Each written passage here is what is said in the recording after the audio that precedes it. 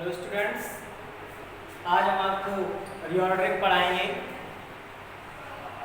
Reordering का मतलब होता है रीऑर्डर करना, यानी कि एक सेंटेंस लिखा होगा आपके सामने, सेंटेंस दिया जाता है आपके सामने, उस सेंटेंस को हमें रीऑर्डर करना होता है। रीऑर्डर मतलब सही क्रम में लिखना होता है, व्यवस्थित क्रम में लिखना होता है। तो सेंटेंस को रीऑर्डर करने का क्या नियम होता है? जो हम लोग सेंटेंस बनाते हैं, टेंस बनाते हैं, टेंस का जो नियम होता है, subject plus helping verb plus main verb plus object plus etc.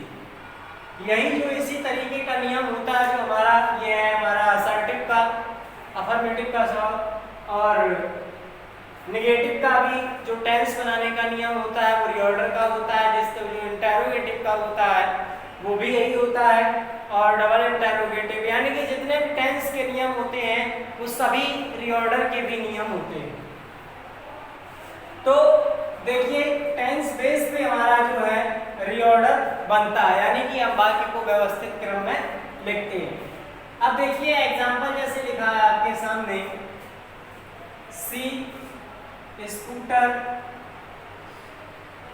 The road on I see. तो देखिए, सॉरी सी नहीं होगा,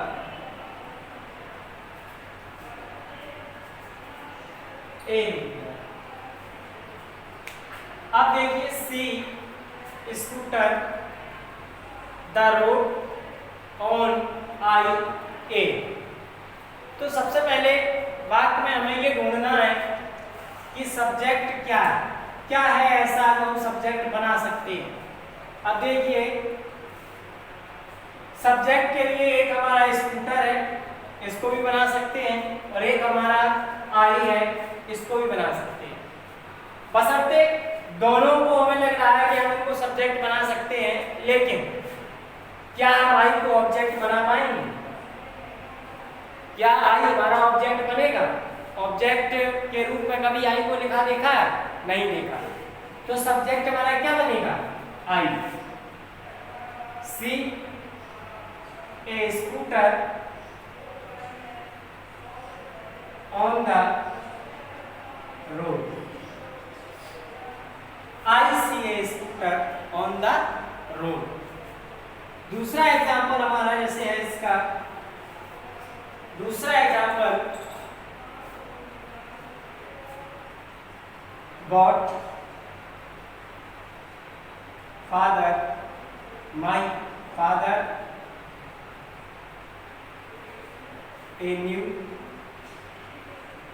वॉच मी फॉर।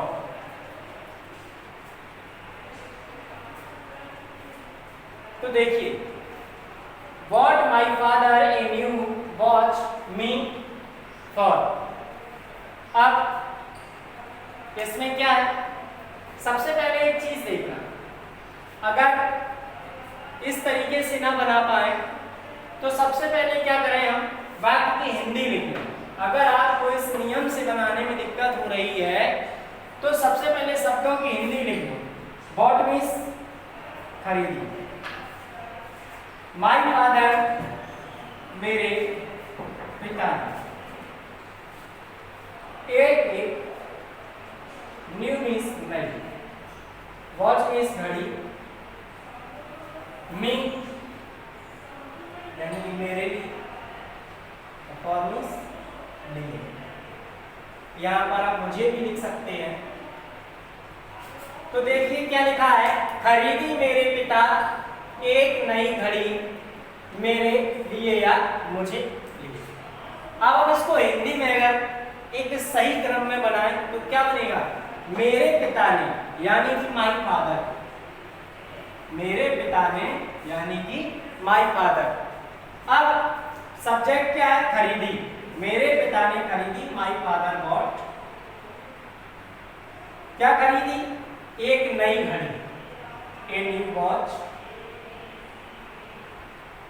किसके लिए, मेरे लिए, यानी कि फॉर मी। मेरे पिता ने मेरे लिए एक नई घड़ी खरीदी।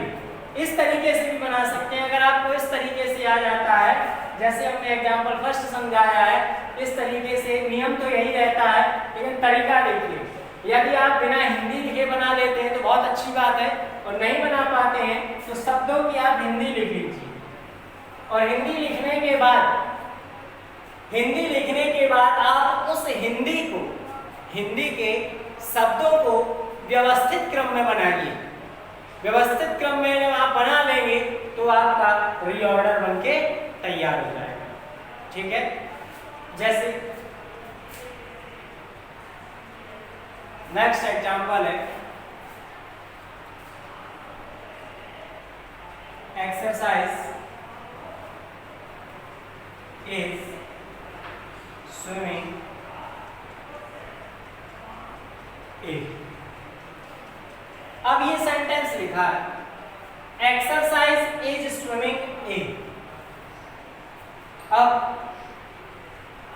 हमें ये लग रहा है कि एक्सरसाइज ही सब्जेक्ट है या स्विमिंग सब्जेक्ट है। हम दोनों में कंफ्यूज हैं दोनों में, एक्सरसाइज है कि स्विमिंग है। चलिए देखते हैं।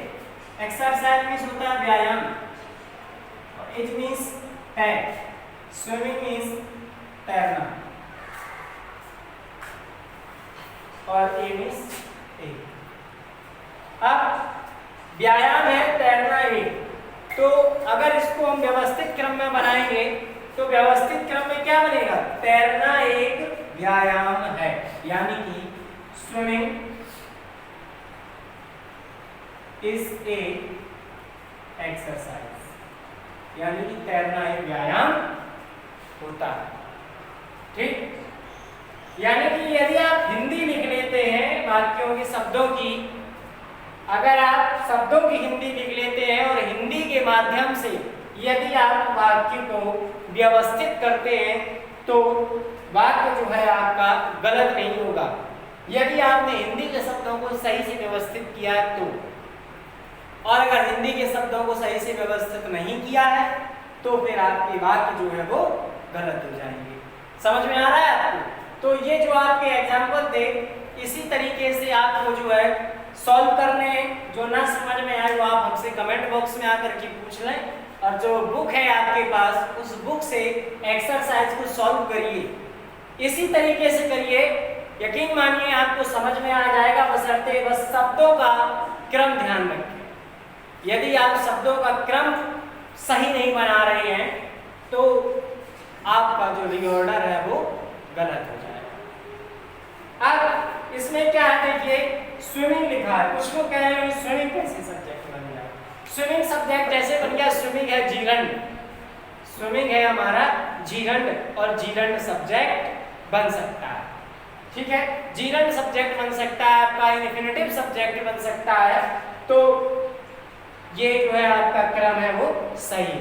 ठीक है स्टूडेंट्स, आप अपनी बुक से सॉल्व करें एक्सरसाइज को, और सॉल्व करने के बाद जो भी आपको प्रॉब्लम्स आती है आप उससे क्लियर कर सकते हैं। ठीक है।